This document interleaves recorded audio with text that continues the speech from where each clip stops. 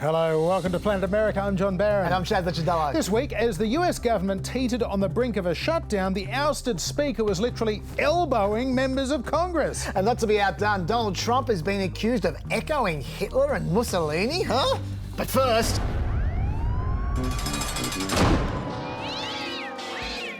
Once again this week, the United States government was getting ready to switch off the lights and lock the doors. The congressional clock is ticking towards a government shutdown again. 6 weeks after a shutdown was narrowly averted in the process, angering a small group of Republicans who then forced out Speaker Kevin McCarthy, another deadline was looming. If lawmakers can't come to an agreement to fund the government by next Friday, millions of workers and military personnel will be furloughed. And furloughed is a fancy way of saying to millions of federal employees, don't come to work because we won't have any money to pay you after Friday. Others, including military personnel, still would have to do their jobs, but they wouldn't get a paycheck until Congress gets around to appropriating the money.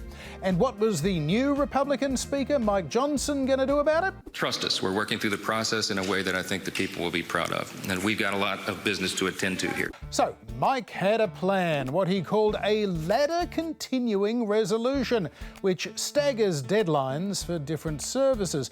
Not so much a ladder, really, as a can being kicked down the road. In fact, several cans being kicked down to different points along that road. The first part of the bill aims to extend funding until January 19th and cover key government services, including the military, construction, and housing. The second part of the bill would extend funding until February 2nd and include funding for other parts of the government. Meanwhile, government departments were bracing for the possible impact of a shutdown. Around half of the Pentagon's 800,000 workforce would be among those sent home, and with conflicts in Ukraine and Gaza, not great timing for the State Department either. They were getting ready. We will take appropriate steps to ensure that this department, this building here, as well as our missions and our consulates and embassies around the world, can take whatever appropriate steps they need to. Now, you might be wondering what Congress was doing while this shutdown was looming, other than pulling 2 possible funding bills in the last week because of a lack of support.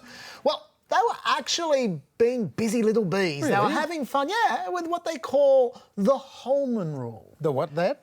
I'm glad you read your auto cue, John. The Holman Rule was created in 1876, and it allows members of the House to add amendments to funding bills that reduce the salaries of certain public servants. It's been removed and revived a few times, and it was revived again in 2022 when Kevin McCarthy agreed to it in a desperate bid to buy the vote of a few Republican holdouts. But importantly, this rule is 100% pointless theatre because there is zero possibility that any of these amendments would get past the Senate and Joe Biden.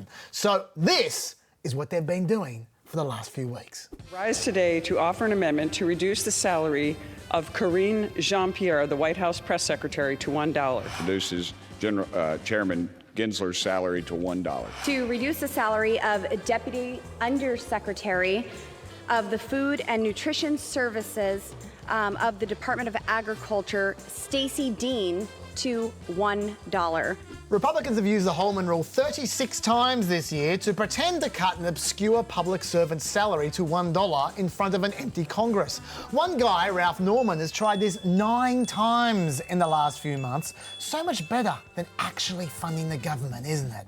The bottom line is, while Mike Johnson was trying to stop a shutdown, the House has passed 3 of the 12 funding bills they have to pass, while failing to pass 17 pointless pay cuts for public servants. And that took us to the new 2-step laddered budget process you described, John. That's the one that the Speaker hoped would break the logjam. The process that the Senate Appropriations Chair Patty Murray has described as the craziest, stupidest thing I've ever heard of. But more problematically, it took about 2 seconds for the Freedom Caucus to notice that it had no extra spending cuts in it. So they came out against it entirely, and we were back in typical chaos, John. Well, not exactly, not this time, Chaz, because earlier today, a funny thing happened.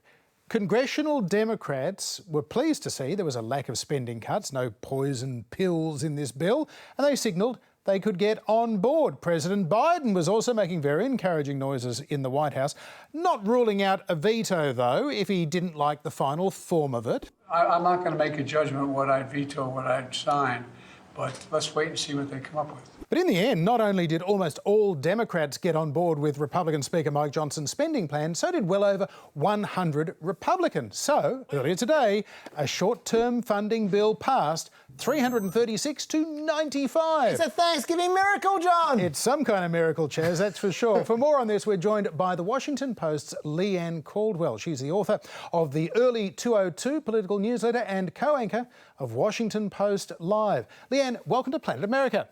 Thanks for having me. After a couple of months of absolute chaos there on Capitol Hill, there's almost a sense of surprise today that this passed, and passed quite easily. Why has it all come together now? Yeah, it is pretty amazing that this passed without much fanfare.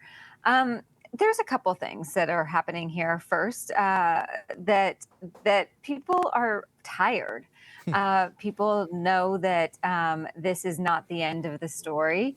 And people also know that this new Speaker of the House, they're giving him what they're calling a grace period. They say that he came in a bad time, in a bad situation. And so they're just going to let him slide and let him do what needs to be done to keep the government open. But this conservative speaker, who is more conservative than the last speaker, Kevin McCarthy, he took the exact same route. He could have fought for these far-right conservative principles or chosen the bipartisan path. And he did it in a bipartisan way, which actually, when he was elected speaker, few people thought he would actually do. Let's talk about that. Johnson reaching out to the Democrats for help. He actually asked them for help, unlike McCarthy. Is this like Nixon visiting China, where you need a hardcore conservative to reach across the aisle? Or could he get away with it just because people weren't trying to get rid of him like they were McCarthy? Yeah, I think it's because he knew his job was not at risk. McCarthy's job was always at risk. McCarthy was ousted because he did exactly what Johnson just did. He passed a government funding bill with more Democrats than Republicans.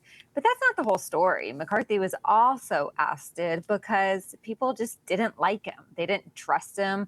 They thought he was two-faced. They thought that he was slimy. And so with Johnson, people don't have those opinions yet. And so it's a little bit of just letting him slide, letting him do his thing just to get on to the next thing, which is most likely going to be another crisis and another very complicated issue. So he did ask Democrats for help, and he is not yet being punished for it. Leanne, what does this mean, assuming, and we all are now because of the size of the vote, that this passes the Senate? How far does this kick the can down the road this time? And what does it mean for those other, particularly Democrat priorities like funding for Ukraine and Israel? Yeah, that's a great question. So the government will, after the Senate passes it, probably on Thursday. That time could slip. It could be quicker. We don't quite know yet. But it funds the government for partial parts of the government until January 19th, and then for the rest of it until February 2nd. And so we'll probably be in the same place again in just about 2.5 months to fund the government for the remainder of the year, which we're already several months into that fiscal year. To your other question, the issue of Ukraine, and that is where things get quite complicated, and that's where Democrats are also quite concerned. They had hoped that Ukraine funding was going to be attached to this must-pass government funding bill, but it wasn't. And so Democrats worry that they lost their leverage as support among Republicans for Ukraine is waning. The Republicans who are even willing to consider voting for Ukraine, most of them anyway, are demanding changes to the border policy in the United States southern border with Mexico. That is an issue that has stymied Congress for decades. And so that's almost an impossible ask. We are told that the Senate is going to try to address Ukraine aid after the holiday next week. So it'll be a couple weeks, but there's real doubt on Capitol Hill that Ukraine aid might not pass this year. Leanne, the Democrats aren't getting anything from this bill other than keeping the government open. So why are they letting it sail through with 2 days to go before the buzzer, rather than spending that 2 days trying to negotiate to get something more before they agree to it? Because there's a holiday coming up and they all want to go home for Thanksgiving. Fair enough. Really? Yes. Yeah. But yeah, and they know that it's, that it passed the House, which is a near miracle in most instances. And so the government's not going to shut down, and they're going to take what they can get and go home and spend time with their families. Well, we can all be thankful that at least for now, regular order has been restored. Leanne Caldwell, we're so glad to talk to you. Thank you very much for your time. Yeah, thanks for having me. I still cannot believe, John, that the House actually did their jobs, at least for a few minutes. Yeah, they did a few minutes. It didn't last very long, though, Chaz. Here is Congressman Tim Burchett today describing an alleged physical attack on him by former House Speaker Kevin McCarthy. Take a look. Well, I was doing an interview with Claudia from NPR, a lovely lady, and when she was asking me a question, and at that time I got elbowed in the back, and it kind of caught me off guard because it was a clean shot to the kidneys, and I turned back, and there was Kevin, and I for a minute I was kind of, what the heck just happened, and then I chased after him, of course. That's right. In front of a bunch of journalists, former House Speaker Kevin McCarthy elbowed a Republican colleague in the kidneys and then ran off. And if you think that was poor, and it was, yes, it was. Here's how they do it in the Senate. Republican Senator Mark Wayne Mullen picking a fight with Teamsters boss Sean O'Brien while Bernie Sanders tries to settle them down.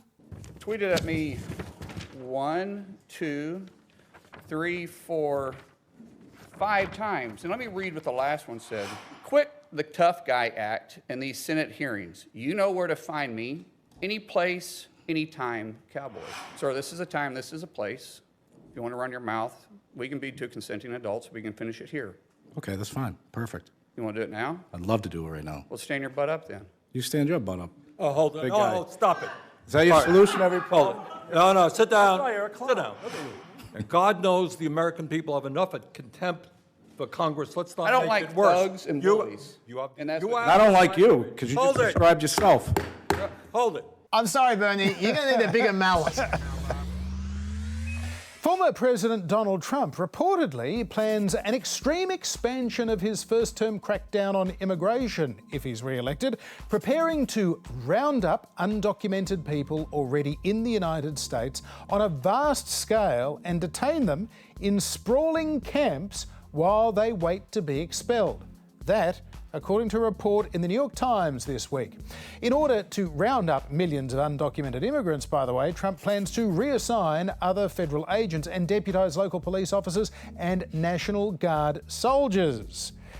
Meanwhile, on the campaign trail in New Hampshire this week, President Trump has again been heaping praise on a litany of dictators and despots. It's good to have a good relationship with Putin and Xi and all these people that have lots of nuclear weapons. And Kim Jong-un I had a good relationship with. He's a tough, smart guy. All of that saw Democratic Congressman Jamie Raskin make this rather grim prediction. What would a second term look like? It would look a lot like Vladimir Putin in Russia. It would look a lot like Viktor Orban in Hungary. Illiberal democracy, meaning democracy without rights or liberties or respect for the due process system, the rule of law. And if all that talk of Trump becoming an authoritarian and an illiberal democracy seems far-fetched, how about this from Trump's own mouth this week in an interview with a Spanish-language Univision, where he talked about getting revenge for what he sees as the weaponisation of the Department of Justice and the FBI against him. They've weaponized the Justice Department. They've weaponized the FBI. And they've come at me with the worst indictment. What they've done is they've released the genie out of the box. They have done something that allows the next party. I mean, if I happen to be president and I see somebody who's doing well and beating me very badly, I say, go down and indict them. Mostly that would be, they would be out of business. Yeah, Trump supporters would probably cheer that attitude on, given that he's convinced 86% of Republicans that the indictments and investigations of him are trying to stop his political campaign, even though those investigations pretty much all began before his political campaign did. But look, we are used to Trump escalating his rhetoric and hyperbole. In that same interview, he seemed to claim that he really had over 200 million votes in feeling. I got 75 5 million votes, much more than that, I believe. No president's ever gotten that many votes. And they've taken that number of people, and I think you can double it or almost you can triple it in terms of the feeling. Whatever. Okay, so that's a bit of fun. But what's not so fun is when Trump pushes things just that bit further and he ends up here. In honor of our great veterans on Veterans Day, we pledge to you that we will root out the communists, Marxists, fascists, and the radical left thugs that live like vermin within the confines of our country, that lie and steal and cheat on elections and will do anything possible. They'll do anything, whether legally or illegally, to destroy America and to destroy the American dream. Now, just to be clear, that was not a mistake or a bit of off-the-cuff riffing, because Trump posted almost exactly the same statement, word for word, a few hours before, accusing communists, Marxists, fascists, and radical left thugs, which is basically what he calls any of his opponents, of being like vermin, and that they would do anything possible to destroy America and the American dream, and he would root them out as a tribute to our veterans, ironically, the very people who fought against authoritarianism. Wow, we have come a long way from Trump's people being offended when Hillary Clinton said they could be put into a basket of deplorables. A long way. And just to be clear, we're not talking about the fun-loving vermin supreme from New Hampshire kind of vermin here. We're talking about the Nazi kind of vermin, which is very much how many newspapers interpreted that statement. Now, you might see that headline and think to yourself, typical mainstream media, always catastrophizing. He's not making a Nazi reference. Well, calling your opponents vermin is extremely closely associated with the Nazis. In fact, if you look at the Holocaust Memorial Day's 10 Steps to Genocide, step 4 is headed dehumanization, and the example they give is Nazis referred to Jews as vermin. Now, that does not mean that Trump wants to commit genocide, but what it does mean is that he is using an absolutely stereotypical, basic playbook Nazi rhetorical device, which you would think he'd be old enough to know about. And why he'd want to do that at a time when there's so much anti-Semitism out there, I honestly have no idea. But what worries me more about all this, beyond the rhetoric, is that Trump's authoritarian attitude might be a symptom of where America is at. PRRI had a poll out a few months back that asked who agreed with the phrase, "Because things have gotten so far off track in this country, we need a leader who is willing to break some rules if that's what it takes to set things right," i.e., who wants an authoritarian strongman? And the answer was 29% of Democrats want that strongman, 38% of independents do, and 48% of Republicans do. Now that is scary. But don't worry, Trump's spokesperson Steve Chung had some words of comfort for those worried about Trump using flat-out Nazi rhetoric. Chung said, "Those who try to make that ridiculous assertion are clearly snowflakes grasping for anything because they're suffering from Trump derangement syndrome and their sad and miserable existence will be crushed when President Trump returns to the White House." That's a relief, John. Not exactly a clean-up in aisle 2. Another Republican presidential hopeful dropped out of the race this week. This is South Carolina Senator Tim Scott, who announced he is suspending his campaign. The announcement came as a surprise to pretty much everybody on Scott's own campaign staff. They saw him announce it on the TV to the Fox News host Trey Gowdy, himself a former congressman from South Carolina. This is what he had to say, much to Trey's surprise. When I go back to Iowa, it will not be as a presidential candidate.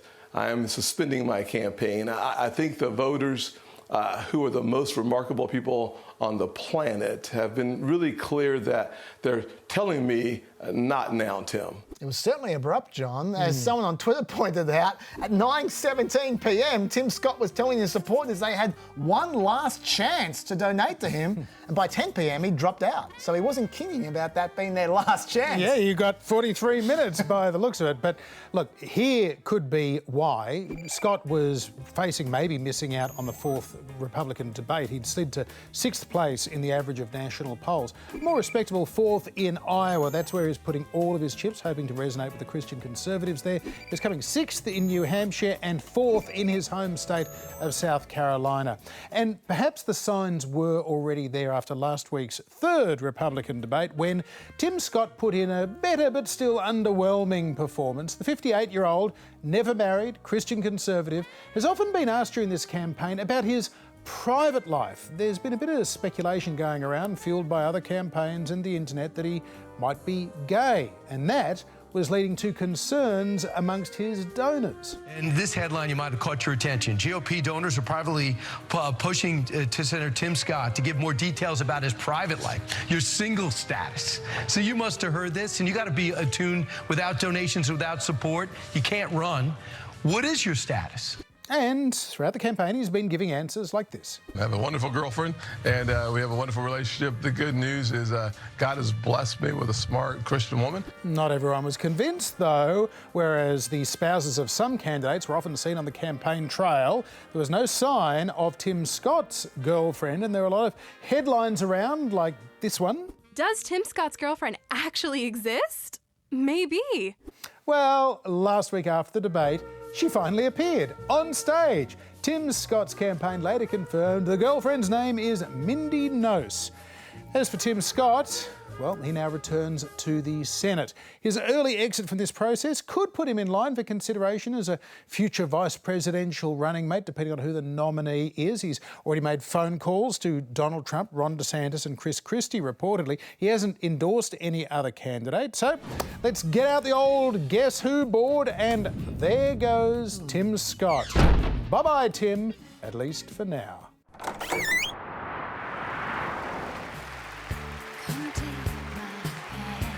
It's August 4th, 1980. Olivia Newton-John has the #1 song in America. Democratic President Jimmy Carter is running for re-election, and right now he could use a little magic.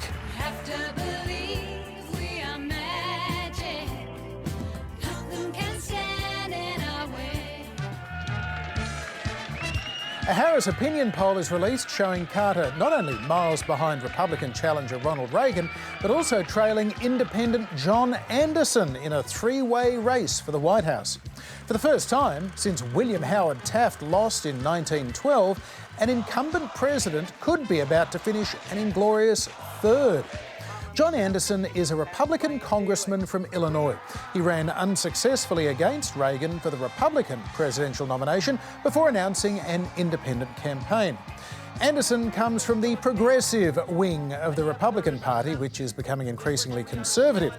In fact, Anderson isn't just more left-wing than Reagan, he's to the left of Jimmy Carter as well. They're coming out by the thousands to rallies of this kind. They are coming out to sign up, to sign petitions, to become a part of the working organization that we are going to need to win this election on the 4th of November. John Anderson may not be able to win, but he could siphon away enough Liberal voters to cost President Carter any chance of victory. That's why Carter refuses to appear alongside Anderson in the first presidential debate in September. I am running for president as an independent because I believe our country is in trouble. I believe that all of us are going to have to begin to work together to solve our problems.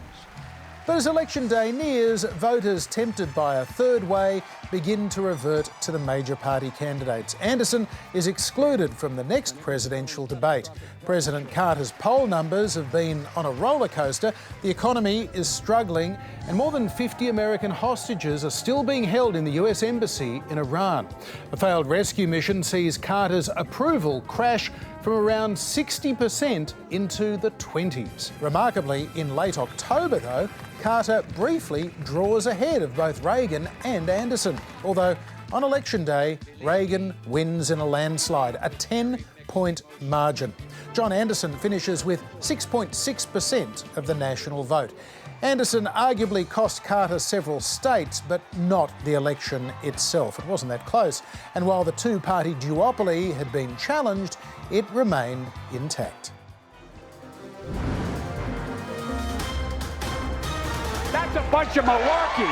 Yes, it's time we busted some malarkey, Chaz, and there was a heap and helping of it being tossed around in last week's Republican debate. Yeah, look, there was one thing that everyone agreed on in that debate, and it was this. We should focus not just on being energy independent, we should focus on being energy dominant. We also need to be not energy independent, energy dominant. Increase the supply of energy. That brings down the cost of energy, grows the economy. I'm going to unleash all of America's energy potential. America needs to unleash its energy sector. Drill, baby, drill. And it is no wonder, John, that the sector is so leashed, given the war that's currently raging. The Biden administration is waging a war on oil and gas. The president, on his very first day, effectively declared war on the fossil fuel industry. It's time for President Biden to roll back his war on domestic oil, which he has. Diana, we're having a war on domestic oil. In all sense of reality, he's not going to do that. Now, to be fair, gasoline prices have been generally higher under Biden than they were under Trump.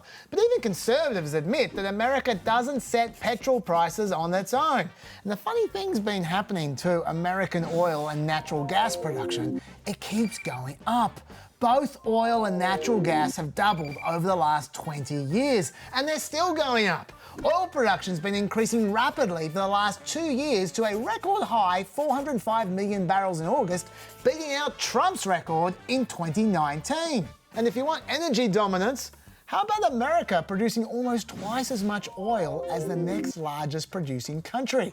And oil exports, they keep going up as well. That's all just oil. America also exports more natural gas than any other country as well. So, Merry Christmas, John. The war is over, and it was a war on malarkey. Well done, Chaz. Now, here's an eye-catching ad from the Trump campaign, and yes, this is an actual Trump campaign ad, not some late-night satire.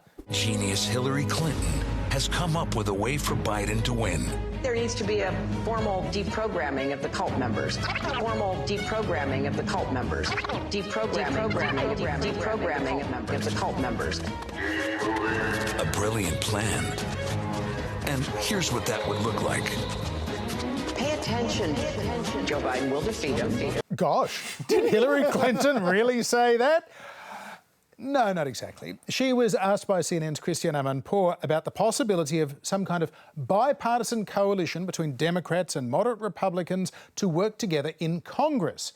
The problem, Clinton said, was a handful of extremists have taken control of the Republican Party. And sadly, so many of those extremists, those MAGA extremists, take their marching orders from Donald Trump, who has no credibility left by any measure. And in trying to think of what could be done about these congressional Republicans like Matt Gaetz, etc., she concluded by pondering this. And when do they break with him?